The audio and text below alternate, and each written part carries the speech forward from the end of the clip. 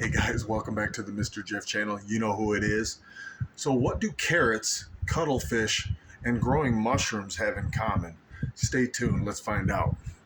And we're about to go inside the grow tent. If you checked out my other grow tent videos, you know what's up. If you haven't, go back and watch those grow tent videos. They rock. Look what we got going on in here. That, my friends, is Hericium coralloides, aka coral tooth, that I locally harvested out of the woods, and my cohort here cloned. We're going inside.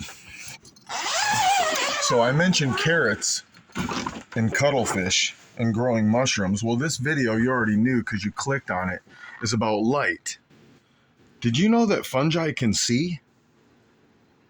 I mean, they don't have eyes, but they have photoreceptors. They have these proteins that can detect certain wavelengths of light and that dictate certain behaviors and certain mechanisms intercellularly that lead to changes in growth, in sexual and asexual reproduction, and other factors. I mean, they even have a circadian rhythm, we've discovered, just like we do.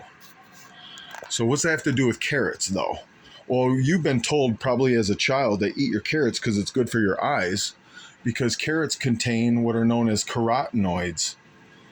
And carotenoids are actually part of some of these proteins that are used as photoreceptors. So it's interesting that carrots are good for your eyesight, and it's those same carotenoids that the fungi use to be able to detect things like blue light. And I guess that's going to lead me into why we use a blue light spectrum LED light in here, because it's highly recommended from a practical standpoint to give them the blue light they need, not so much red spectrum that you'd get, say, from an incandescent bulb. I also mentioned cuttlefish, if you remember. Did you know that they have some of these same chromophore molecules in their cells of their skin? And that's why cuttlefish and octopi and some of these other what do you call those critters? Cephalopods. They have these chromophores in their skin because they can actually see with their skin their surroundings and then change their color accordingly. That's just a side note, fun fact from Mr. Jeff. You know that.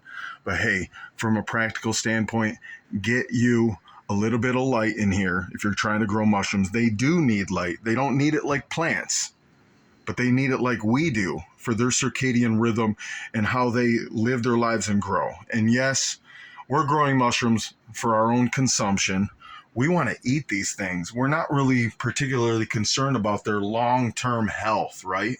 I mean, we're farming them. But nonetheless, you want to get good fruit. Fruiting will be best if you give them the light they need. Industry standard is pretty much 12 hours on, 12 hours off. I've read of people doing 14 hours on, 10 off. It's going to be based on species, and I'm still researching. I'm still learning. I know in the science, they're still discovering new things every day. So as you stay with this channel, go ahead and hit that subscribe button, by the way, if you're new here.